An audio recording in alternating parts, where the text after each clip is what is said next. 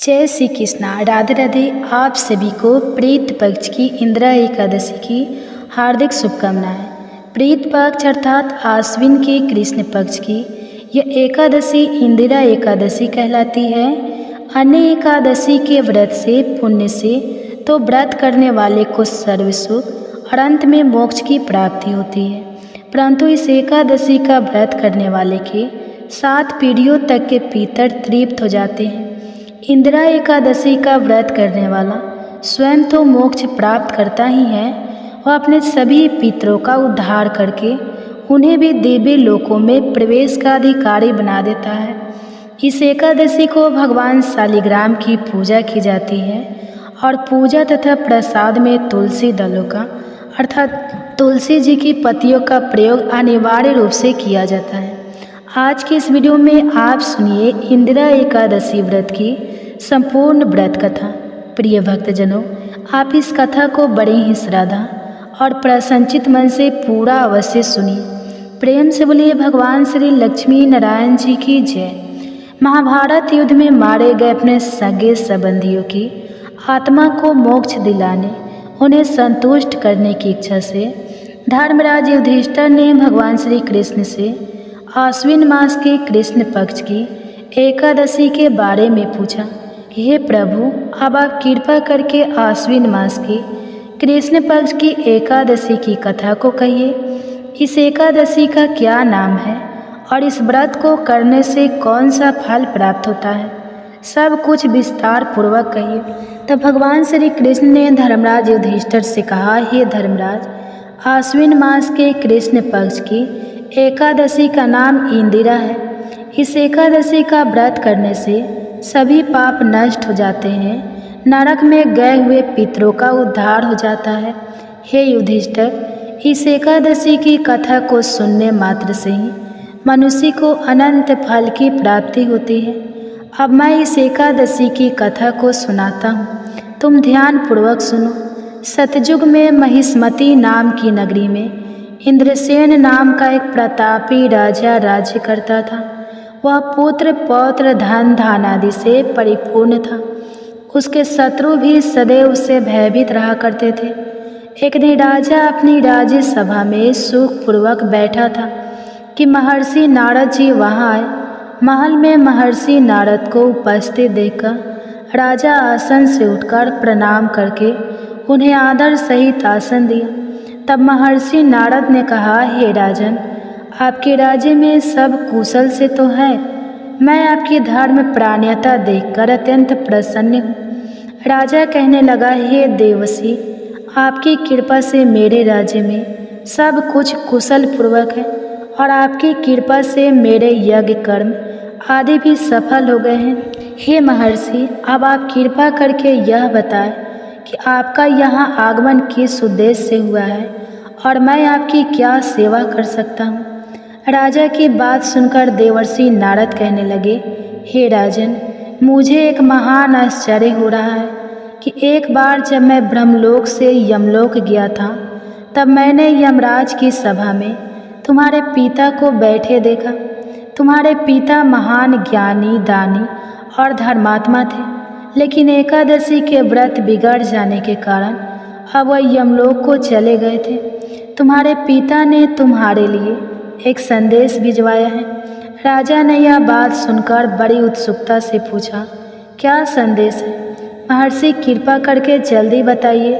तब देवर्षि नारद जी कहने लगे, राजन, तुम्हारे पिता ने कहा है कि हे महर्षि, आप मेरे पुत्र इंद्रसेन को, जो कि महिष्मती नगरी का राजा है, उसके पास जाकर एक संदेश देने की कृपा करें कि मेरे किसी पूर्व जन्म के बुरे कर्म के कारण ही मुझे यमलोक मिला है। यदि मेरा पुत्र आश्विन मास के कृष्ण पक्ष की इंदिरा एकादशी का व्रत करे और उस व्रत के फल को मुझे दे दे तो मुझे मुक्ति मिल जाएगी। मैं भी इस लोक से छूटकर स्वर्ग लोक में वास करूँगा। इंद्रसेन को अपने पिता के यमलोक में पड़े होने की बात को सुनकर बहुत दुख हुआ और उसने नारद जी से पूछा, हे नारद जी, यह तो बड़े दुख का समाचार है कि मेरे पिता यमलोक में पड़े हैं। मैं उनकी मुक्ति का उपाय अवश्य करूँगा।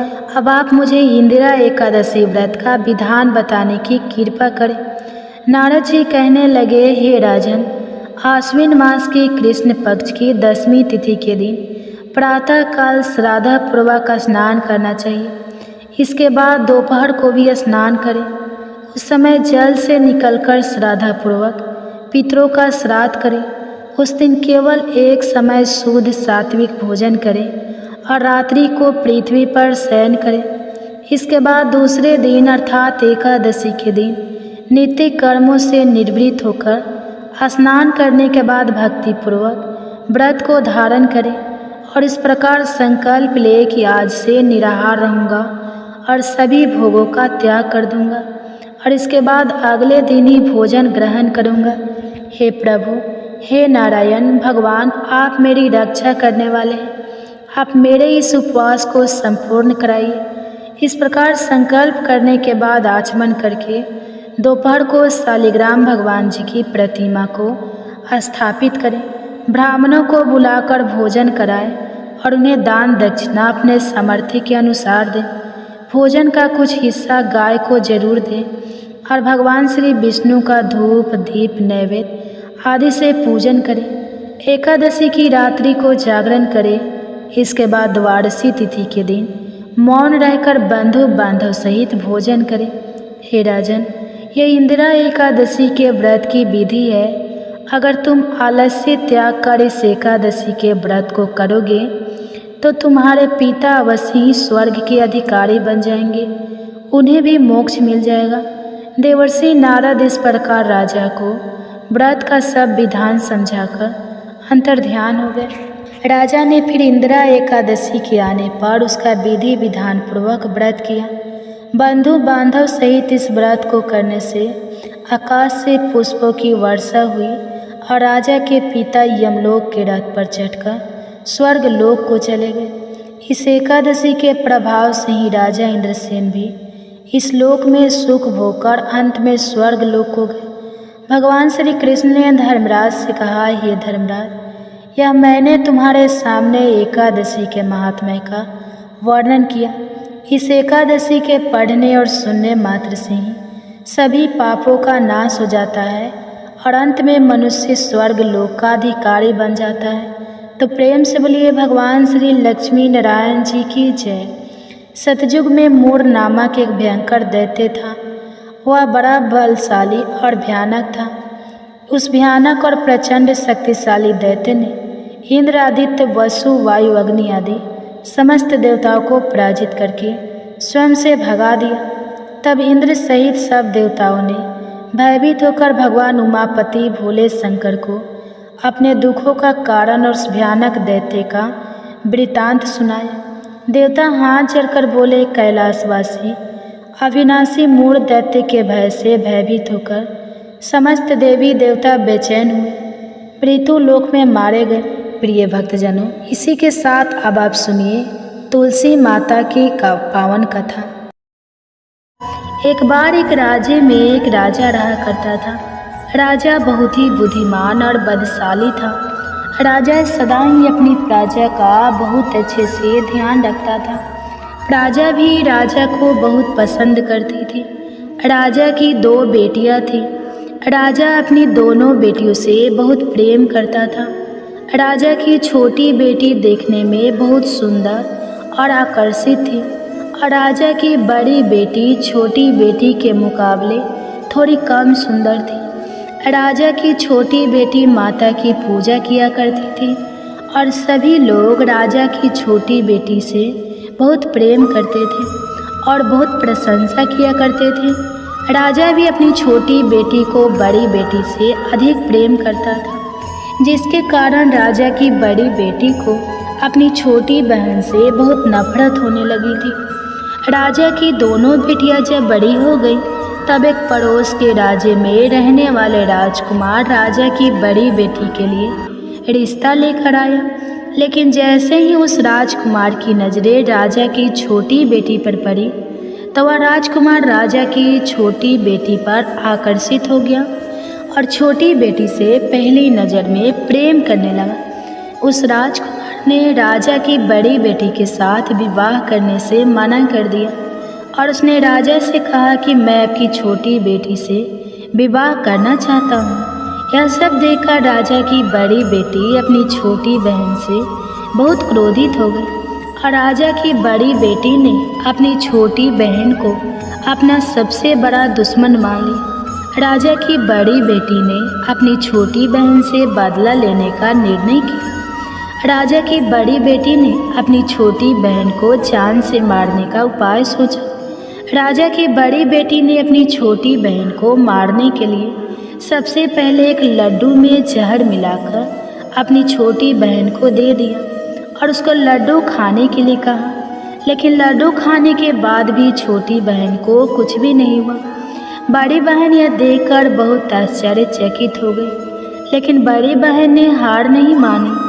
जब उसकी छोटी बहन रात में कमरे में सो रही थी, तब उसने एक मटके में सांप रखकर उसके कमरे में छोड़ दिया, लेकिन सांप भी छोटी बहन का कुछ नहीं कर पाया। जिसके बाद बड़ी बहन ने अपनी छोटी बहन से कहा कि चलो हम लोग कुएं में से पानी भर कर लाते हैं। जिसके लिए वह अपनी छोटी बहन को पानी भरने के बहाने कुएं के पास ले गई और उसने अपनी छोटी बहन को कुएं में धक्का दे दिया। लेकिन छोटी बहन को तब भी कुछ नहीं हुआ, क्योंकि हर बार ग्यारस माता उसकी रक्षा कर रही थी और उधर बड़ी बहन अपने सारे प्रयास के बाद भी असफल हो रही थी, जिससे वह बहुत क्रोधित हो गई और फिर उसने अपनी छोटी बहन के पास जाकर उसे प्रश्न किया कि मेरी छोटी बहन, क्या तुमको पता है कि भगवान ने सबको मृत्यु एक निश्चित समय पर लिखी हुई है और कैसे तुम्हारी या मेरी मृत्यु होगी, क्या यह तुम जानते हो? तब छोटी बहन ने अपनी बड़ी बहन को बताया कि हाँ दीदी, मैं तो जानती हूँ मेरी मृत्यु कैसे होगी। छोटी बहन से यह सब बातें सुनकर बड़ी बहन मन ही मन बहुत प्रसन्न होने लगी और उसने अपनी छोटी बहन से कहा कि तो तुम मुझे अपनी मृत्यु का राज बताओ। तब छोटी बहन ने अपनी बड़ी बहन से कहा कि मेरी मृत्यु तो एक तोते में है, जो तोते के गले में एक हार है, उससे मेरी मृत्यु होगी। जब तक कोई भी व्यक्ति तोते को मारकर उस हार को अपने गले में पहनेगा तो मैं मूर्छित हो जाऊंगी, और जैसे ही उस हार को अपने गले से उतारे तो मैं वापस जीवित हो जाऊंगी। अपनी छोटी बहन की मृत्यु का राज जानकर बड़ी बहन बहुत खुश हुई और उसने अपनी छोटी बहन को मारने के लिए उसके पालतू तोते को ढूंढना शुरू कर दिया। और छोटी बहन को इस बात का आभास हो गया था कि कोई उसकी जान लेना चाहता है, जिसके लिए वह अपने पिताजी के पास गई और उसने अपने पिताजी से कहा कि पिताजी, मेरी मृत्यु के बाद आप मुझे मत जलाइएगा, आप मुझे अपनी पुरानी वाली हवेली में एक पलंग में लेटाकर छोड़ दीजिएगा। अपनी छोटी लड़की की यह बातें सुनकर राजा बहुत आश्चर्यचकित हो गया। राजा ने अपनी छोटी बेटी से पूछा कि बेटी, तुम यह क्या कह रही हो? तब राजा की छोटी बेटी ने बताया कि पिताजी, समय किसी के लिए नहीं रुकता है, क्या कब किसको हो जाए इसका किसी को कुछ नहीं पता। फिर राजा ने अपनी छोटी बेटी से कहा कि तुम ऐसी बातें क्यों करती हो? 2-3 दिन के बाद तो तुम्हारा विवाह है। लेकिन छोटी बेटी ने अपने पिताजी को ऐसा करने पर मजबूर कर दिया और उनसे वचन ले लिया। राजा ने भी अपनी छोटी बेटी की बात स्वीकार कर ली और 2-3 दिनों के बाद जब शादी का समय आया, तब राजकुमार बारात लेकर राजा के घर आया और राजकुमार और राजा की छोटी बेटी का विवाह शुरू हो गया। जैसे ही राजा की छोटी बेटी राजकुमार के साथ फेरे लेना शुरू हुई तो उसकी बड़ी बहन अपनी छोटी बहन के कमरे में जाकर उसके तोते को पकड़ लेती है और उसको जान से मार देती है। तोते के गले में जो हार था उसको अपने गले में धारण कर लेती है और जैसे ही बड़ी बहन उस हार को अपने गले में धारण करती है तो उधर छोटी बहन 3.5 फेरे ले पाती है और वहीं पर बेहोश होकर गिर जाती है। जिसके बाद राजा ने बड़े बड़े दार्द हकीमों को बुलाया और अपनी छोटी बेटी का इलाज करने के लिए कहा। राजा की बात सुनकर जब वैद्य ने छोटी बेटी को देखा तो राजा को बताया कि आपकी छोटी बेटी ना तो जीवित है और ना मरी हुई है। ऐसा मैं पहली बार देख रहा हूँ। राजा ने वैद्य और हाकिम को यह बात बाहर बताने से मना कर दिया और उनको कहा कि अगर तुमने यह बात किसी को बाहर बताई तो हम तुमको फांसी दे देंगे। अपनी छोटी बेटी को पुराने महल में जाकर एक पलंग में लेटा दिया और वहाँ पर कुछ सैनिकों को तैनात कर दिया। इसके बाद राजा वापस अपने महल पर आ गया। राजा की बड़ी बेटी अपने पिताजी के पास आई और कहने लगी कि पिताजी, अगर यह शादी संपन्न नहीं हुई तो आपकी इज्जत का क्या होगा? आप कहें तो मैं आपकी इज्जत बचाने के लिए राजकुमार से शादी करने के लिए तैयार हूँ। जिसके बाद राजा ने अपनी बड़ी बेटी की बात मान ली और राजा ने बड़ी बेटी को छोटी बेटी के कपड़े पहनाकर मंडप में भेज दिया। लेकिन राजकुमार यह जान गया कि यह राजा की छोटी बेटी नहीं है बल्कि राजा की बड़ी बेटी है। लेकिन जब राजकुमार ने शादी करने से मना किया तो सभी लोगों ने राजकुमार को विवश करके राजा की बड़ी बेटी से बचे हुए फेरों को संपन्न करा दिया और विवाह संपन्न हुआ। जिसके बाद राजकुमार राजा की बड़ी बेटी को अपने महल में ले गया। विवाह होने के बाद राजकुमार उससे ना तो बात करता था, ना उसे पसंद करता था और ना ही उसके आसपास भटकता था। और राजकुमार ने यह फैसला लिया था कि वह अपनी प्रेमिका को ढूंढ कर रहेगा और यह जान कर रहेगा कि उसके साथ क्या हुआ है। एक दिन राजकुमार अपने घोड़े पर सवार होकर राजा के पुराने महल के पास पहुंचा, जहां पर उसने कुछ सैनिकों को देखा। महल के पास पहुंचकर राजकुमार ने जब महल को ध्यान से देखा तो वह समझ गया कि यह तो हमारे ससुर जी का महल है। तब राजकुमार ने सैनिकों से पूछा कि तुम लोग यहाँ क्या कर रहे हो और इस महल के अंदर उस पलंग में कौन लेटा है? जिसके बाद सैनिकों ने बताया कि यहाँ पर राजा की छोटी बेटी लेटी है। यह सुनकर राजकुमार बहुत प्रसन्न हो गया और वह तुरंत अपनी प्रेमिका के पास पहुँच गया और उसकी सेवा करने लगा। जैसे ही रात हुई तो राजा की छोटी बेटी उठकर खड़ी हो गई। राजकुमार यह देखकर बहुत खुश हो गया और उसने अपनी प्रेमिका से पूछा कि तुम यहाँ क्या कर रही हो? तुम मेरे साथ चलो, घर चलो। राजा की छोटी बेटी ने राजकुमार को सारी बातें बता दी कि मेरी जान एक तोते में बसती थी और मैंने यह बात सिर्फ अपनी बड़ी बहन को बताई थी और मुझे पता है कि उसने ही मुझे मारने का प्रयास किया है। उसके पास एक हार है जिसको वह सुबह पहन लेती है और रात को उतार देती है।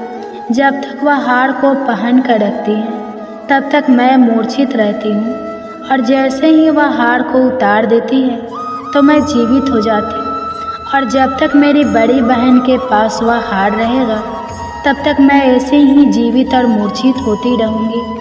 अगर मेरी बड़ी बहन के पास जो हार है वह मेरे हाथ लग जाए तो मैं हमेशा के लिए जीवित हो जाऊँगी। राजकुमार यह सब बातें सुनकर राजा की छोटी बेटी के पास रहने का निर्णय लेता है और उसने अपने बचे हुए सारे फेरे उस पलंग में लेटी हुई राजकुमार की छोटी बेटी के साथ ले लिए और अपना विवाह पूर्ण कर लिया और वहीं पर वह रहने लगा। देखते ही देखते कुछ समय में राजा की छोटी बेटी और राजकुमार की पत्नी गर्भवती हो गई। एक दिन राजकुमार को किसी काम से बाहर जाना पड़ा। तब छोटी बहन के पेट में बहुत तेज से दर्द होने लगा, जिसके बाद उसने माता का आह्वान किया। जिसके बाद वहाँ माता प्रकट हुई और उन्होंने अपने भक्तों के दर्द को दूर किया और एक पुत्र की प्राप्ति करवाई। और वहीं पर अचानक से राजकुमार भी आ गया। राजकुमार ने ग्यारस माता को देखा तो वह आश्चर्यचकित हो गया और उसने तुरंत ग्यारस माता को प्रणाम किया। और ग्यारस माता ने राजकुमार से कहा, जब तुम्हारा पुत्र 5 वर्ष का हो जाए तो तुम आकर अपनी पत्नी का हार इसकी गली में डाल देना और देखते ही देखते राजकुमार और राजा की छोटी बेटी का पुत्र 5 वर्ष का हो जाता है। तो राजकुमार अपने बेटे से कहता है कि बेटा, मैं कुछ काम से बाहर जा रहा हूँ, तुम अपनी माता का ध्यान रखना, और वहाँ से चला जाता है। राजा को बाहर निकलता देखकर बड़ी बहन के सैनिक देख लेते हैं और बड़ी बहन को जाकर सारी बातें बता देते हैं। जिसके बाद बड़ी बहन अपनी छोटी बहन के पुत्र को वहाँ से उठवा लेती है और उसको मरवा देती है। छोटी बेटी के पुत्र के 2 टुकड़े करवा देती है। पहला टुकड़ा चक्के के पास छुपा देती हैं और दूसरा टुकड़ा अपने पलंग के नीचे रख लेती है। अब 11 माता भिखारी का रूप लेकर आती हैं और एक भिखारी का रूप रखकर बड़ी बहन के पास चली जाती है। जिसके बाद वहाँ पर भिक्षा मांगने लगती है। तो बड़ी बहन अपने सैनिकों से कहती है कि जाकर भिक्षा दे दो। लेकिन जैसे ही नौकर 11 माता को भिक्षा देने के लिए आते हैं तो माता उन्हें मना कर देती है और कहती है कि मैं तुम्हारी महारानी से ही भिक्षा लूँगी। जिसके बाद बड़ी बहन स्वयं ही भिक्षा देने के लिए माता के पास आती है। तब माता एक बिल्ली का रूप लेकर उसके कमरे में चली जाती हैं और वहाँ पर छोटी बेटी के पुत्र के 2 टुकड़ों को आपस में जोड़ देती है और उसे जीवित कर देती है। फिर उसे वहाँ से ले जाती है। राजकुमार अपने बेटे को लेकर अपनी पत्नी के पास आ जाता है और उसे कहता है कि तुम इसका ध्यान रखना। अगर तुम इस बच्चे का अच्छे से ध्यान रखोगी तो मैं तुमसे बात करूँगा। एक दिन राजकुमार अपने बच्चे से कहता है कि तुम मम्मी से उनके गले का हार मांग लो। तो अपने पिता की बात मानकर राजकुमार का लड़का अपनी मम्मी के पास जाता है और कहता है कि मम्मी, मुझे तुम्हारा हार चाहिए। यह सुनकर पहले तो बड़ी बहन बहुत क्रोधित होती है, पर उसको याद आता है कि राजकुमार ने कहा था कि अगर मैं इस बच्चे का ध्यान अच्छे से रखूंगी तो वह मुझसे बात करेंगे। जिसके कारण वह हार उस बच्चे को दे देती है और वह तुरंत हार को ले जाकर अपने पिताजी को दे देता है। और तभी राजकुमार अपने बेटे को लेकर वहाँ से जाने लगता है और अपनी पत्नी से कहता है कि तुम हमारे लिए खाना बनाकर रखना, मैं शाम को आकर तुम्हारे साथ खाना खाऊंगा। और वह अपने बेटे को लेकर वहाँ से चला जाता है। जिसके बाद वह राजा के पास जाता है और उनको सारी बातें बता देता है। राजा अपनी बड़ी बेटी की यह करतूत सुनकर बहुत क्रोधित होते हैं और अपनी परवरिश पर ही दोष देने लगते हैं। राजकुमार को अपनी छोटी बेटी के साथ रहने के लिए आदेश दे देते हैं। इस प्रकार 11 माता की कृपा से राजकुमार और राजा की छोटी बेटी सुखपूर्वक रहने लगी। प्रेम से बोलिए एकादशी माता की जय। प्रेम से बोलिए माता लक्ष्मी और भगवान विष्णु की जय, माता पार्वती और भगवान शंकर की जय। कथा के बाद अब आप आरती श्रवण कीजिए। ओम जय एकादशी माता, मैया जय एकादशी माता, विष्णु पूजा व्रत को धारण कर, विष्णु पूजा व्रत को धारण कर, शक्ति मुक्ति पाता। ओम जय एकादशी माता, तेरे नाम गिना देवी, भक्ति प्रदान करनी, मैया भक्ति प्रदान करनी, गण गौरव की देनी, गण गौरव की देनी, माता शास्त्र में वर्णी, माता शास्त्र में वर्णी। ओम जय एकादशी माता, मार्गशीर्ष की कृष्ण पक्ष की उत्पन्न विश्वरणी, जनमी मैया उत्पन्न विश्व तारे जनमी, शुक्ल पक्ष में हुई मोक्षदा, शुक्ल पक्ष में हुई मोक्षदा, मुक्ति दाता बन आई। ओम जय एकादशी माता, पौष की कृष्ण पक्ष की सफला नामक है, सफला नामक है, शुक्ल पक्ष में होए पुत्रदा आनंद अधिक रहे। ओम जय एकादशी माता नाम सटितिला माघ मास में कृष्ण पक्ष आवे मैया कृष्ण पक्ष आवे। शुक्ल पक्ष में जया कहावे शुक्ल पक्ष जया कहावे विजय सदा पावे। ओम जय एकादशी माता विजया फागुन कृष्ण पक्ष में शुक्ला आमल की मैया शुक्ला आमल की मैया पापे मोचनी कृष्ण पक्ष में चैत्र महाबली की। ओम जय एकादशी माता चैत शुक्ल में नामे कमदा धन देने वाली मैया धन देने वाली मैया। नाम बरुथिनी कृष्ण पक्ष में नाम बरुथिनी कृष्ण पक्ष में बैसाखी माह वाली। ओम जय एकादशी माता शुक्ल पक्ष में हुई मोहिनी अभिषेक कृष्ण पक्ष नाम निर्जला सब सुख करने नाम निर्जला सब सुख करने शुक्ल पक्ष रखी।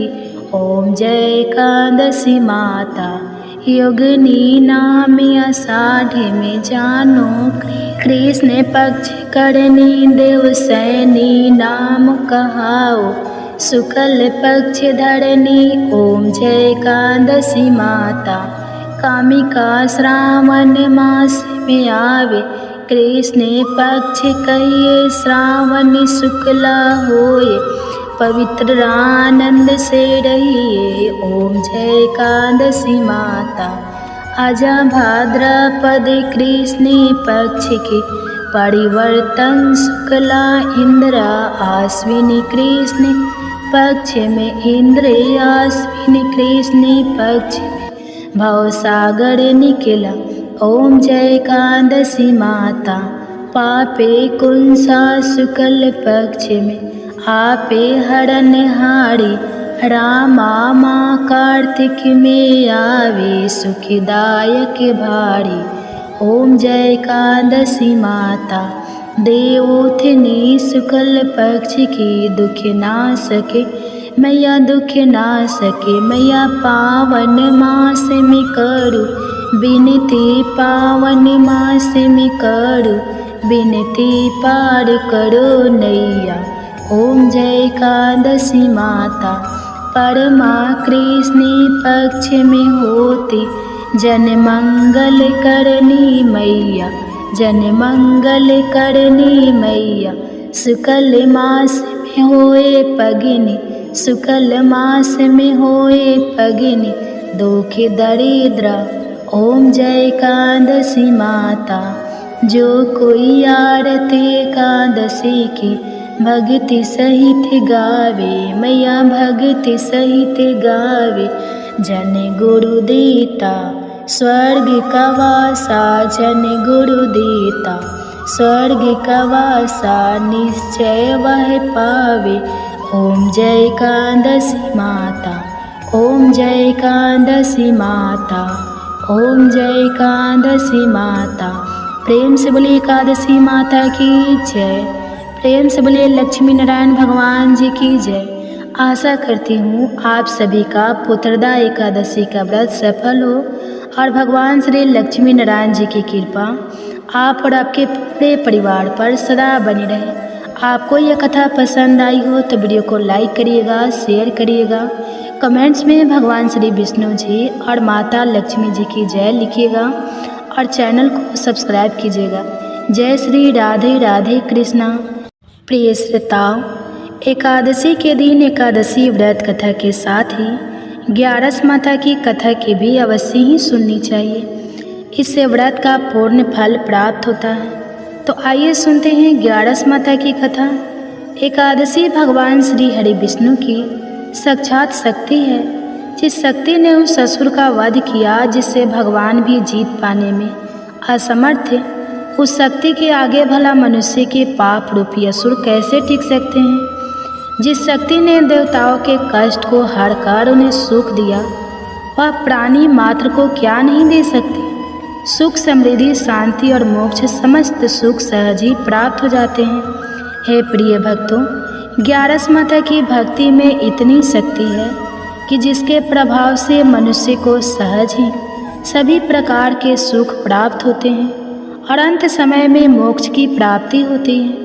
11 माता की कथा के अनुसार सतयुग में एक महाभयंकर दैत्य हुआ करता था। उस दैत्य का नाम था मूढ़। उस दैत्य ने इंद्र आदि सभी देवताओं पर विजय प्राप्त करके उन्हें उनके पद से हटा दिया था। तब इंद्र आदि देवताओं ने भगवान शंकर से प्रार्थना की कि हे भोलेनाथ, हम सभी देवता मूढ़ दैत्य के अत्याचारों से दुखी होकर मृत्यु लोक में अपना जीवन व्यतीत कर रहे हैं। राक्षस के भय से हम बहुत दुख और कष्ट भोग रहे हैं। मैं स्वयं बहुत दुखी और भयभीत हूँ। अन्य देवताओं की तो बात ही क्या करें। इसलिए हे कैलाशपति, कृपा करके आप मूढ़ दैत्य के अत्याचार से बचाने का कोई उपाय बताइए।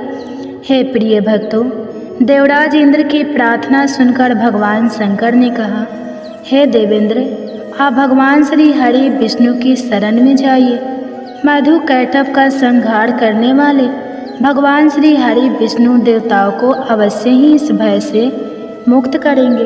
भगवान शंकर के आदेश के अनुसार इंद्र तथा अन्य सभी देवता शेर सागर गए, जहाँ पर भगवान श्री हरि विष्णु शेष शैया पर विराजमान थे। इंद्र सहित सभी देवताओं ने भगवान श्री हरि विष्णु को देखा और उनके सामने उपस्थित होकर उनकी स्तुति करने लगे। देवता कहने लगे, हे तीनों लोकों के स्वामी, आप स्तुति करने योग्य हैं। हम सभी देवताओं का आपको कोटि कोटि प्रणाम है। हे दैत्यों के सहारा, हम आपकी शरण में हैं, आप हमारी रक्षा करें।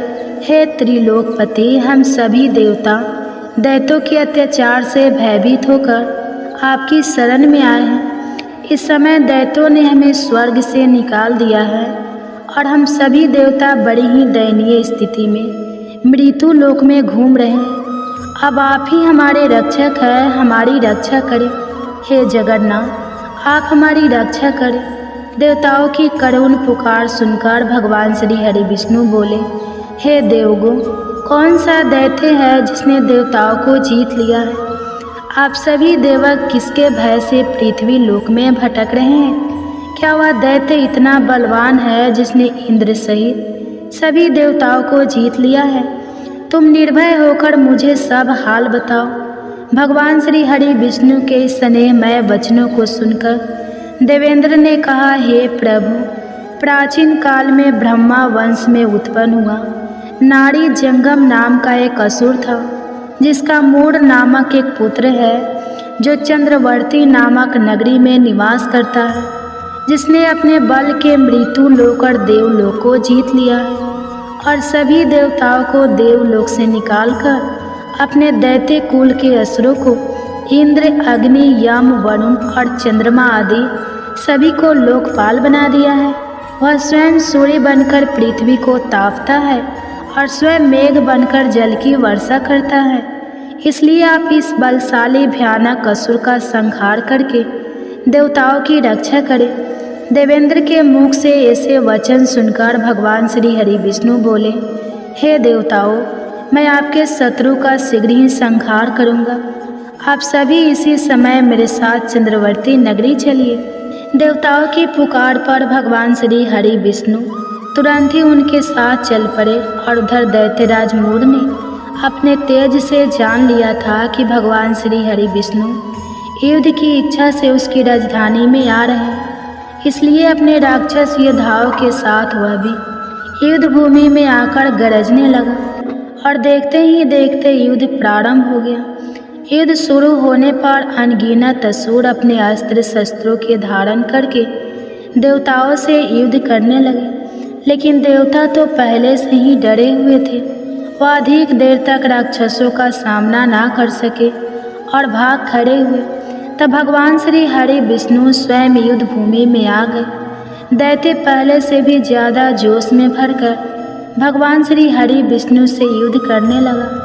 वे अपने अस्त्र शस्त्रों से उन पर भयानक प्रहार करने लगा। दैत्यों के आक्रमण वारों को श्री हरि विष्णु अपने चक्र और गदा के प्रहारों से नष्ट करने लगे। इस युद्ध में अनेक दैत्य सदा के लिए मृत्यु की गोद में समा गए, किंतु दैत्यराज मूढ़ भगवान विष्णु के साथ निश्चल भाव से युद्ध करता रहा। उसका तो जैसे अभी बाल था, बांका नहीं हुआ था। वह बिना डरे युद्ध कर रहा था।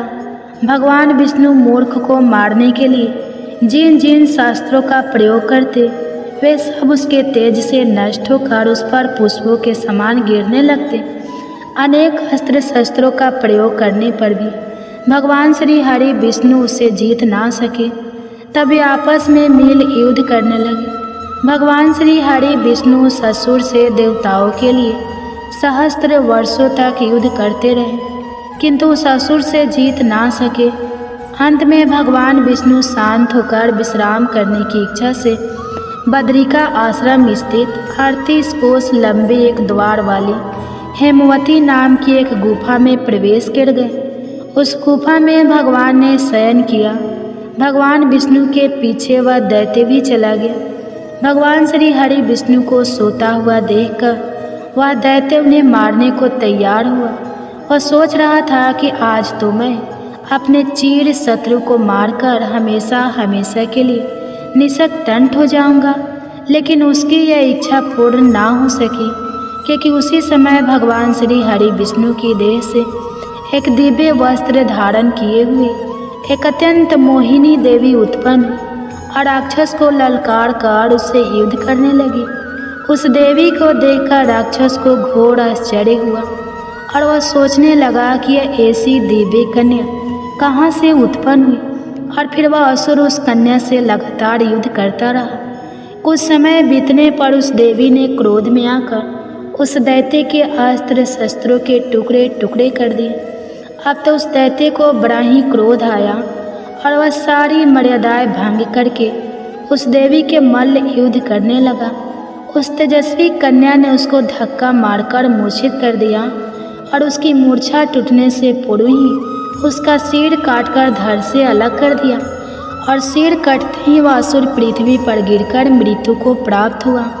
और बाकी बचे हुए असुर अपने राजा का ऐसा दुखद अंत देखकर भयभीत होकर पाताल लोक में भाग गए।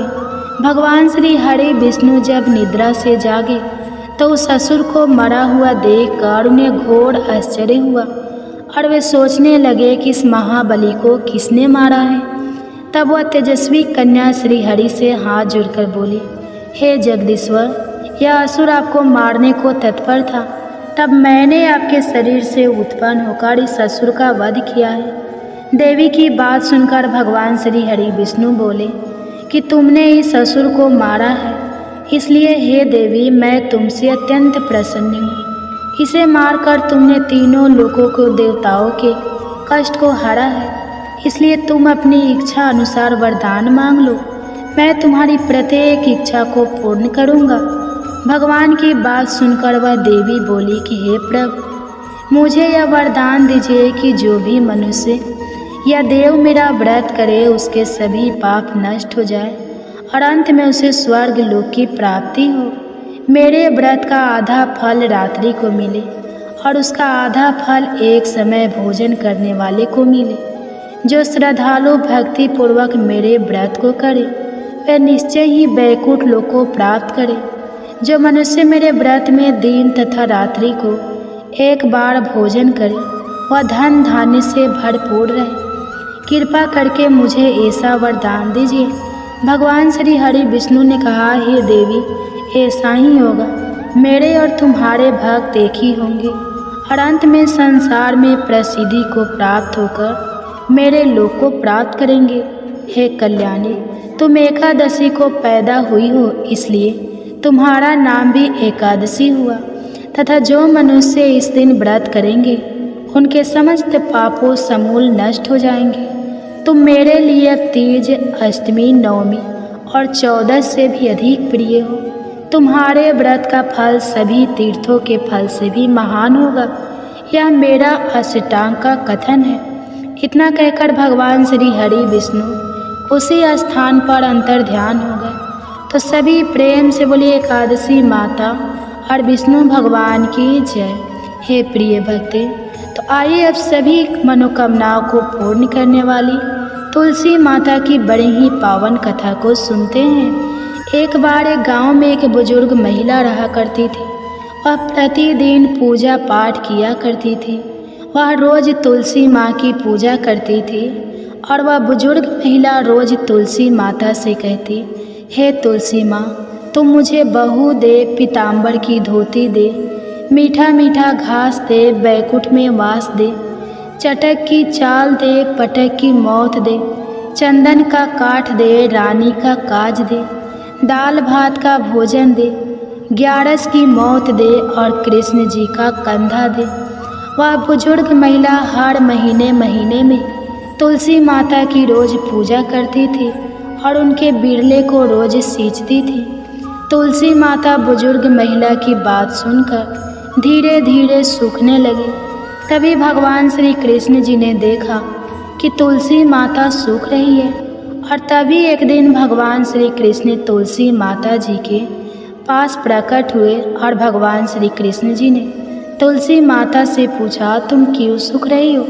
सभी महिलाएं तुम्हारी पूजा करती है और तुमको रोज सींचती हैं, लेकिन फिर भी तुम सूखती जा रही हो, इसका कारण क्या है?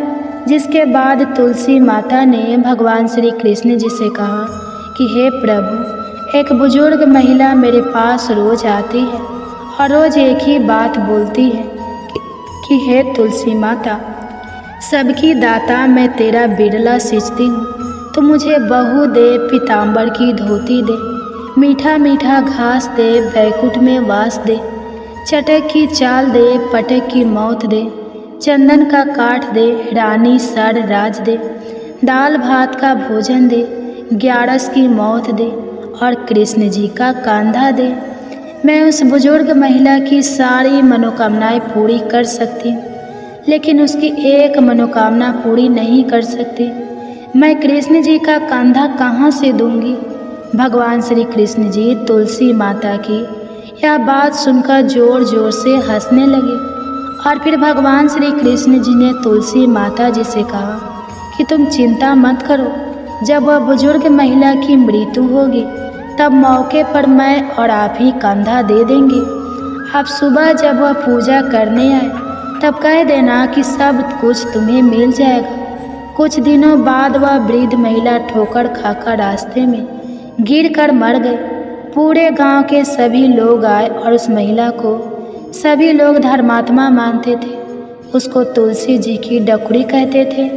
उसके परिवार में कोई भी नहीं था, इसलिए गांव वालों ने ही उसके अंतिम संस्कार करने की योजना बनाई और उसे नहलाकर जब बैकुंठी पर बैठाने के लिए उसे उठाने लगे तो उसका मृत शरीर इतना भारी हो गया था कि उसे कोई उठा नहीं पाया। यह सब देखकर वहाँ के सभी लोग तरह तरह की बातें करने लगे और कहने लगे कि यह इतना पूजा पाठ करती थी, हर समय माला फेरती थी, इसलिए यह इतनी भारी हो गई है।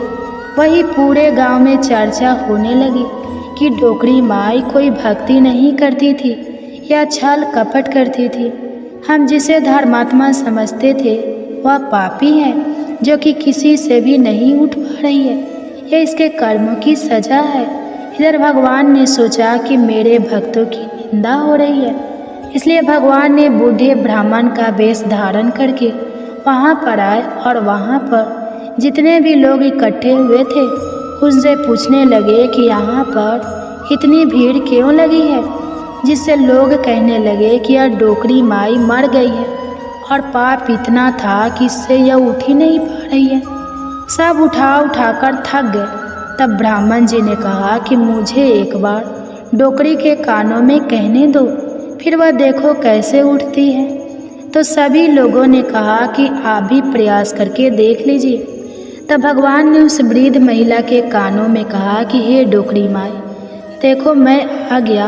और जो भी बुढ़िया माई पूजा करते समय शब्द कहती थी वह शब्द उसके कानों में कहने लगे, तू बिरला सींच मेरा, मैं करूँ निस्तार तेरा, डोकरी माई बहू ले, बेटी ले, पोता ले, लड्डू ले, पीताम्बर की धोती ले, गहना ले, घी का घड़ा ले, मीठा मीठा खीर और पूड़ी ले, दाल भात का भोजन ले, धन दौलत ले, बेटा पोता को काम ले, तुलसी का पत्ता ले, मुंह में गंगा जल ले, 11 माता को दीन ले, श्री कृष्ण जी का कंधा ले।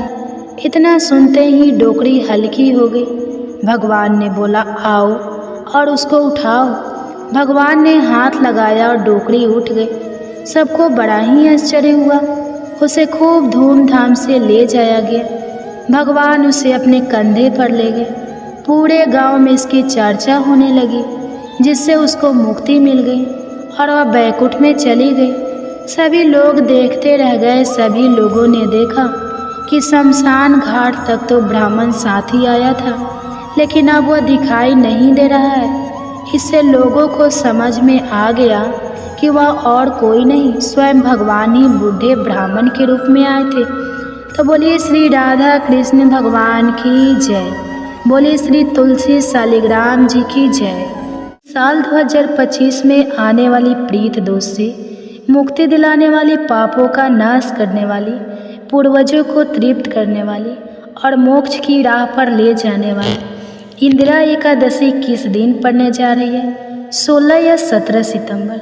इस बार एकादशी तिथि को लेकर लोगों के बीच काफ़ी असमंजस की स्थिति बनी हुई। कोई कह रहा है कि एकादशी 16 सितंबर को है, तो कोई 17 सितंबर को बता रहा है। और जैसा कि आप जानते हैं, जब भी एकादशी तिथि आती है तो उसे अक्सर 2 दिन मनाया जाता है। एक दिन साधु संतों के लिए और दूसरा दिन गृहस्थ लोगों के लिए। ऐसे में हमेशा की तरह इस बार भी वैदिक दृंग पंचांग समेत अन्य सभी प्रामाणिक पंचांगों के आधार पर आपके लिए एक सटीक तिथि लेकर आए, ताकि आप यह स्पष्ट रूप से जान पाएँ कि आपको इंदिरा एकादशी व्रत किस दिन रखना है, कैसे रखना है और इस व्रत के दौरान किन नियमों का पालन करना है। साथ ही हम यह भी जानेंगे कि यह व्रत कब और कैसे रखा जाए, किन बातों का विशेष ध्यान रखना है और किस प्रकार के उपाय करना चाहिए, ताकि आपके जीवन में कभी कोई बड़ी बाधा न आए और भगवान विष्णु तथा पितरों की कृपा से आपके जीवन में शुभता, संतुलन और आध्यात्मिक उन्नति बनी रहे। और जो साधक प्रीत दोष से मुक्ति, पूर्वजों की आत्मा की शांति, मन के विकारों से मुक्ति और जीवन में बदलाव की कामना करते हैं, उनके लिए इस वीडियो में हम कुछ अत्यंत असरदार उपाय भी लेकर आए हैं। इसके अलावा आश्विन मास की इस पवित्र इंदिरा एकादशी के दिन कौन कौन सी चीज़ें खानी चाहिए और कौन सी चीज़ें भूल कर भी नहीं खानी चाहिए, यह भी हम विस्तार से जानेंगे। साथ ही इस दिन कौन से कार्य जरूर करना चाहिए और कौन से ऐसे कार्य हैं जो इस दिन भूलकर भी नहीं करना चाहिए, इस विषय पर भी हम आपको शास्त्र सम्मत जानकारी देने जा रहे हैं। इसलिए दोस्तों, वीडियो को शुरू से लेकर अंत तक बिना स्किप किए पूरा जरूर देखें, क्योंकि आज की इस वीडियो में हम आपको बताएंगे कि इस इंदिरा एकादशी व्रत को कैसे करना है, इसकी सही विधि क्या है, पूजन कैसे करें, किन चीज़ों का दान करें और कि इस दिन कौन कौन से नियमों का पालन जरूरी होता है। जैसे कि भक्तों, आप लोगों के प्रश्न आए हैं कि क्या इस दिन जल ग्रहण किया जा सकता है या नहीं, क्या कुछ चीज़ें ऐसी होती हैं जिनका त्याग करना अनिवार्य है, और वह कौन कौन सी वस्तुएं हैं जिन्हें व्रत से एक दिन पहले ही छोड़ देना चाहिए। इन सभी जरूरी बातों की जानकारी आपको आज इस वीडियो में मिलने वाली है। साथ ही इस वीडियो में हम आपको बताएंगे कि व्रत की संपूर्ण विधि, पूजन का सही तरीका क्या क्या है, दान देना चाहिए, पारण कब और कैसे करना है, पूजा का शुभ मुहूर्त क्या रहेगा, एकादशी का व्रत किस दिन करना है। इन सारे सवालों का स्पष्ट और प्रामाणिक उत्तर आज आप जानेंगे। हम आपको आने वाली आश्विन कृष्ण पक्ष की इंदिरा एकादशी से जुड़ी पूरी जानकारी देने जा रहे हैं, ताकि आप यह व्रत पूरी श्रद्धा और विधि पूर्वक कर सकें और आपके जीवन में सुख, शांति, सौभाग्य, प्रीत, शांति और मोक्ष की प्राप्ति हो सके। देखिए दोस्तों, हम यहाँ जो भी जानकारी आपको देते हैं वह पंचांग और धर्म ग्रंथों के आधार पर होती है। कौन सा व्रत कब करना है, कौन सा त्यौहार किस विधि से मनाना है और पूजा में क्या क्या विधियाँ अपनानी चाहिए, यह सब कुछ शास्त्रों और पुराणों में बताए अनुसार ही बताया जाता है।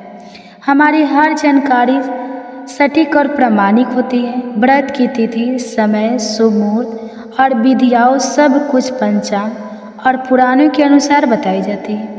अगर आप भी ऐसी ही धार्मिक और लाभकारी जानकारी नियमित रूप से पाना चाहते हैं तो हमारे चैनल अनकाबे स्टोरी को अभी सब्सक्राइब कर लीजिए। जानकारी शुरू करने से पहले आपसे एक छोटा सा निवेदन है, अगर ये वीडियो आपको जरा भी उपयोगी लगे तो कृपया एक लाइक ज़रूर कर दीजिए। दोस्तों, गुरु जी कहते हैं कि वैसे तो हिंदू पंचांग के अनुसार हर माह में 2 एकादशियाँ तिथियाँ आती हैं, एक कृष्ण पक्ष में और एक शुक्ल पक्ष में, लेकिन आश्विन मास के कृष्ण पक्ष में आने वाली यह इंदिरा एकादशी का महत्व अत्यधिक माना जा गया है। शास्त्रों के अनुसार इंदिरा एकादशी को पूर्वजों की मुक्ति का दिन कहा गया है। इस दिन भगवान श्री हरि विष्णु की पूजा के साथ साथ पितरों को तर्पण, पिंडदान और श्राद्धांजलि दी जाती है। यह वह एकादशी जो विशेष रूप से प्रीत दोष को शांत करने, पितरों की आत्मा को गति देने और उनके आशीर्वाद से जीवन को समृद्ध बनाने के लिए की जाती है। इस व्रत को करने से न केवल अपने पापों का प्रायश्चित होता है, बल्कि पितरों में भी वृद्धि के पुण्य का प्रभाव पहुंचता है। इस दिन व्रत रहकर भगवान विष्णु के साथ साथ अपने पितरों की पूजा की जाती है। इस व्रत को करने से तीनों लोकों की पूजा का फल मिलता है। इस व्रत को करने से पाप मिटते हैं और जीवन के अंत में मोक्ष की प्राप्ति होती है। इस दिन व्रत रखने से सभी प्रकार के पापों का नाश होता है, पितरों की कृपा प्राप्त होती है, सौभाग्य की प्राप्ति होती है और जीवन में सकारात्मक परिवर्तन आता है।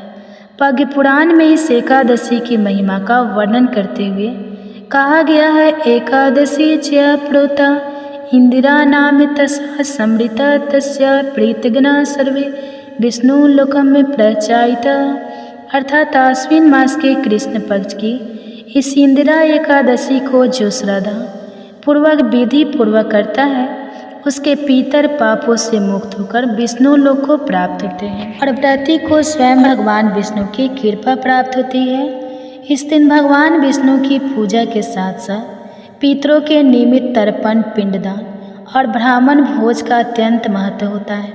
शास्त्रों में कहा गया है कि यदि कोई भक्त इस एकादशी को श्रद्धा और नियम पूर्वक करता है तो उसके कुल के समस्त पितरों को गति प्राप्त होती है और व्रती को पुण्य, यश, संतान, सुख और मोक्ष की प्राप्ति होती है।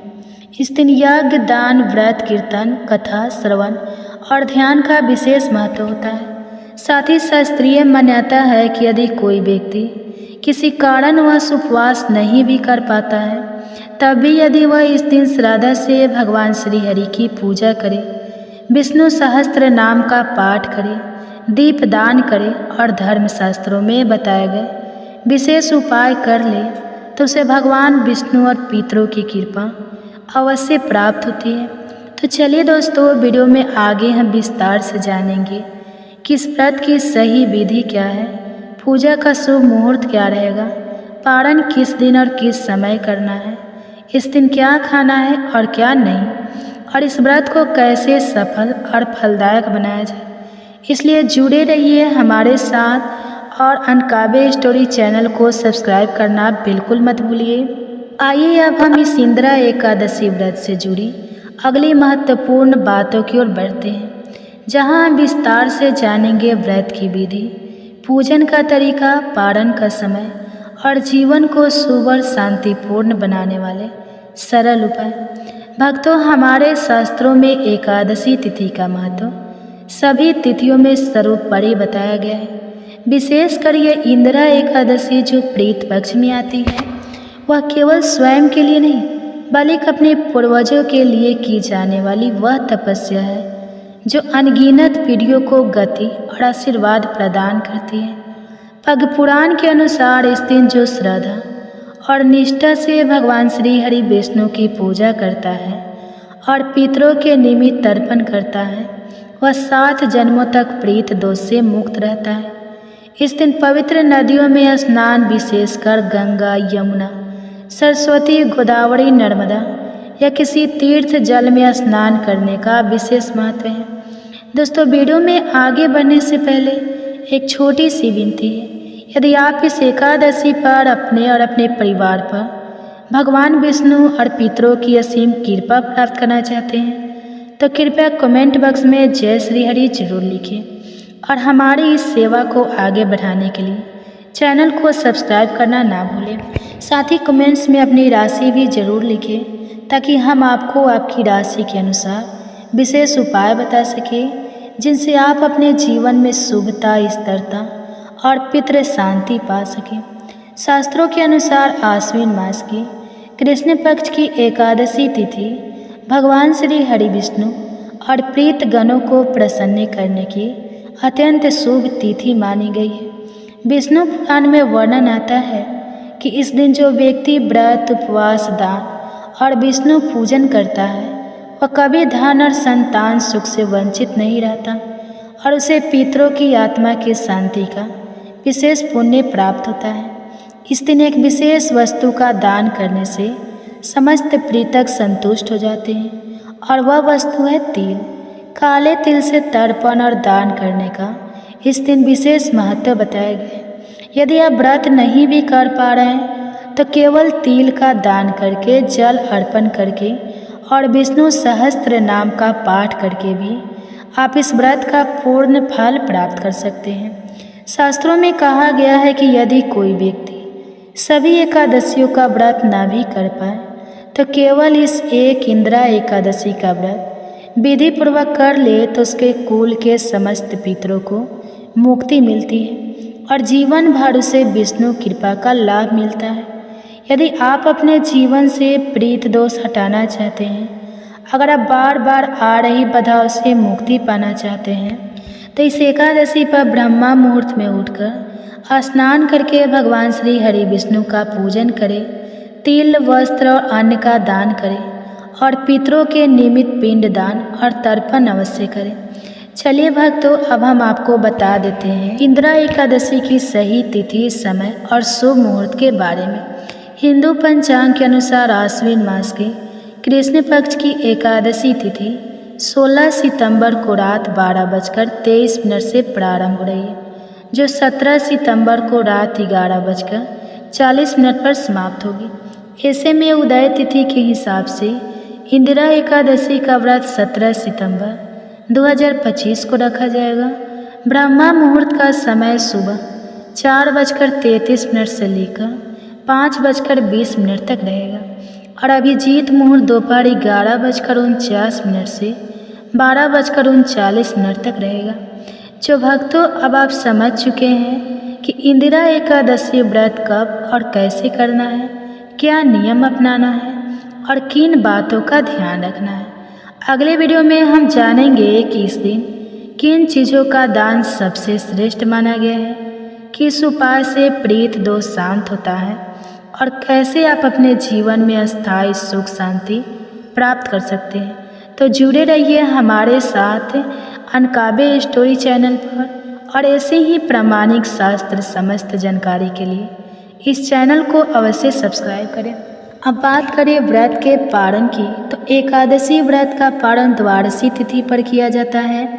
इसलिए जो लोग 17 सितंबर को इंदिरा एकादशी का व्रत करेंगे उनका पारण 18 सितंबर को गुरुवार के दिन होगा। पारण का शुभ मुहूर्त होगा 18 सितंबर को सुबह 6:07 से लेकर 8:34 तक। इस समय में आप पारण करके व्रत को विधि पूर्वक पूर्ण कर सकते हैं। इस समय भगवान श्री हरि विष्णु और माता लक्ष्मी और अपने पितरों का ध्यान करके अन्न और धन का दान करके व्रत का समापन किया जाएगा। इससे न सिर्फ व्रती को संपूर्ण व्रत का फल प्राप्त होता है, बल्कि भगवान श्रीमान नारायण, माता लक्ष्मी, भगवान भोलेनाथ, माता पार्वती और प्रीतकों की विशेष कृपा भी मिलती है। और देखिए दोस्तों, इस बार की एकादशी गुरुवार को पड़ रही है, जो कि माता लक्ष्मी और संतोषी माता की उपासना के लिए अत्यंत शुभ दिन माना जा गया है। शास्त्रों में कहा गया है कि जब भी एकादशी तिथि गुरुवार या शुक्रवार जैसे विशिष्ट दिनों पर पड़े तो उस दिन किए गए कुछ सरल उपाय व्यक्ति के सोए हुए भाग्य को भी जगा सकते हैं। और अगर एकादशी गुरुवार को पड़े, जैसे कि इस बार की इंदिरा एकादशी पड़ रही है, तो शाम के समय तुलसी के पौधे के नीचे देसी गाय के दूध से बने शुद्ध घी का दीपक अवश्य जलाना चाहिए।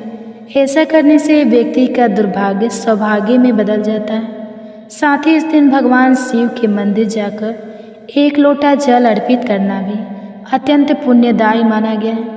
और इस दिन यदि आप भगवान लक्ष्मी नारायण की विधि पूर्वक पूजा अर्चना के साथ घर में सत्यनारायण भगवान की कथा या पूजा करते हैं तो आप पर आजीवन श्री लक्ष्मी नारायण जी की कृपा बनी रहती है।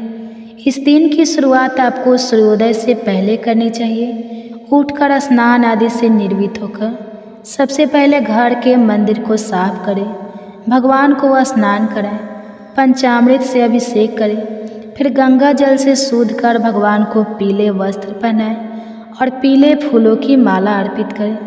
अब भगवान श्री लक्ष्मी नारायण के सामने बैठकर इंदिरा एकादशी व्रत का संकल्प ले, हाथ में जल और फूल लेकर बोले, ओम विष्णवे नमः।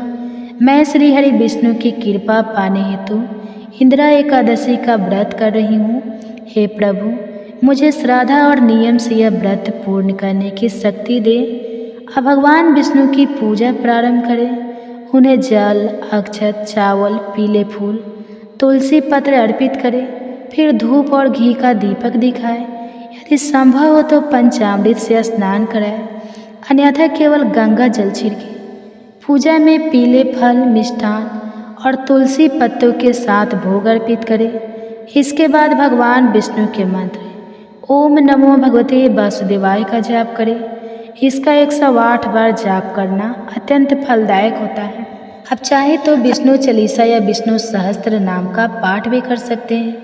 चलिए दोस्तों, वीडियो में आगे बढ़ते हैं। इंदिरा एकादशी जैसे पुण्य और फलदायी व्रत के दिन कुछ नियम है जिन्हें हर श्रद्धालु को जानना और समझना आवश्यक होता है, क्योंकि ऐसा माना गया है कि जिस प्रकार यह दिन पापों को हरता है, वैसे ही यदि इस दिन अनुचित भोजन या अनुचित आचरण कर लिया जाए तो व्रत का पुण्य समाप्त हो जाता है और भगवान नारायण की कृपा भी रूठ सकती है।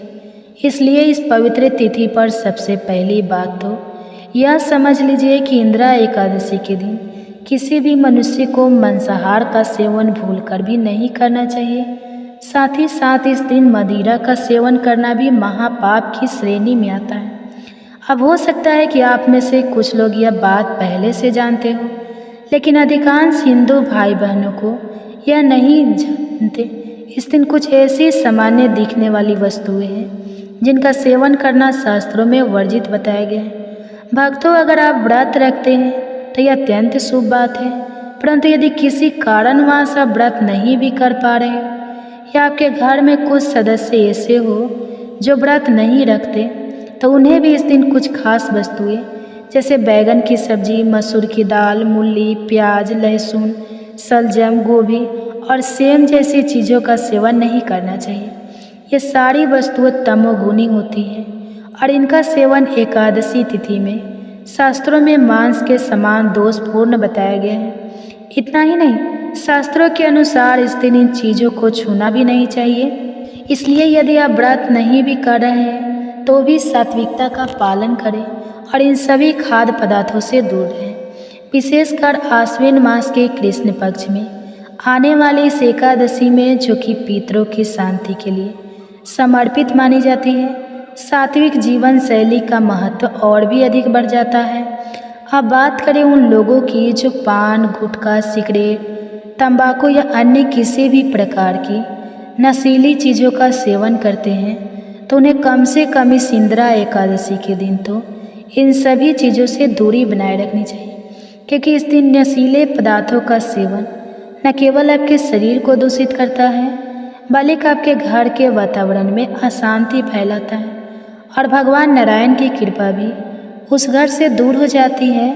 भक्तों, इस दिन सामान्य यात्रा भी नहीं करनी चाहिए।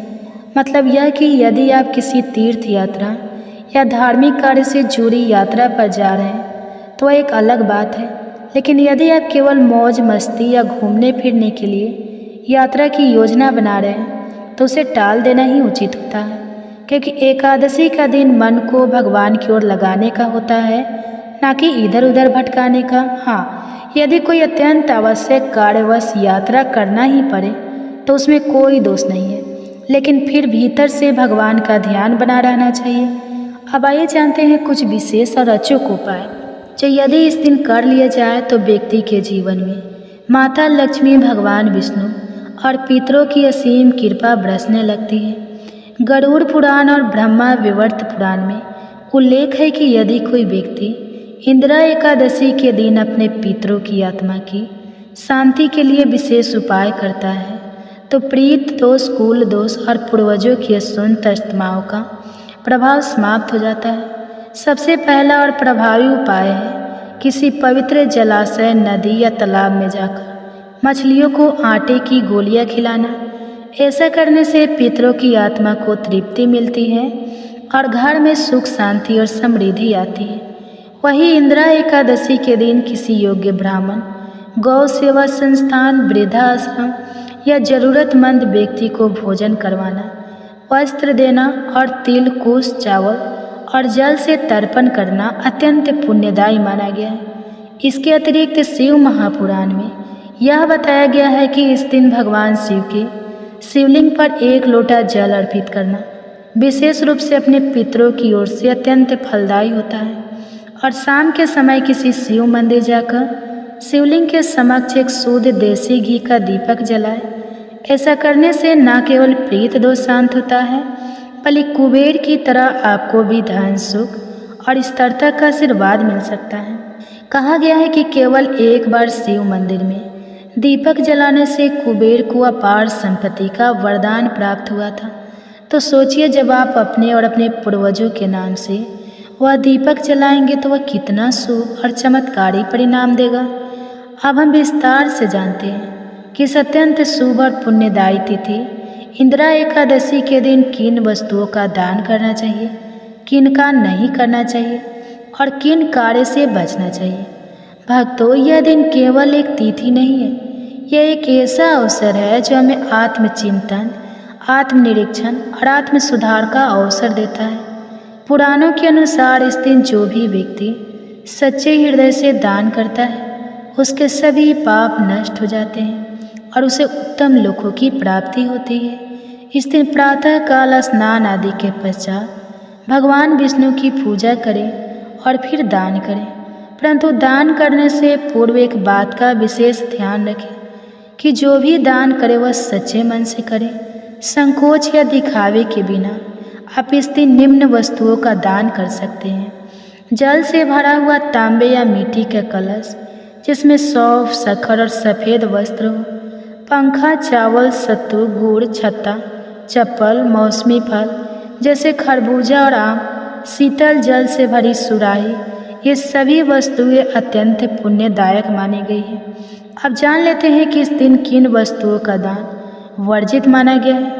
लोहे की वस्तुएं, धारदार या नकुली चीज़ें, पुराने फटे कपड़े, कोई भी ऐसा सामान जो किसी और का उपयोग किया हुआ हो या जिसे देखकर किसी को अपमान महसूस हो, यदि आप ऐसा कुछ दान करते हैं तो वह पुण्य नहीं बल्कि पाप कहलाता है।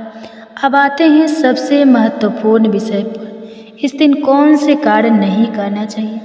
इस दिन संयम, पवित्रता और तपस्या का भाव होना चाहिए। किसी भी प्रकार की वासना, क्रोध, लोभ, हिंसा, अपमान, चुगली या निंदा, ये सभी कार्य इस दिन निषिद्ध है। स्त्री और पुरुष दोनों को अपने विचारों और कर्मों में पवित्रता बनाए रखना चाहिए। किसी भी जीव को कष्ट पहुंचाना, पशु पक्षियों को मारना, पेड़ पौधे को बिना कारण काटना, यह सब महान दोष माना गया है।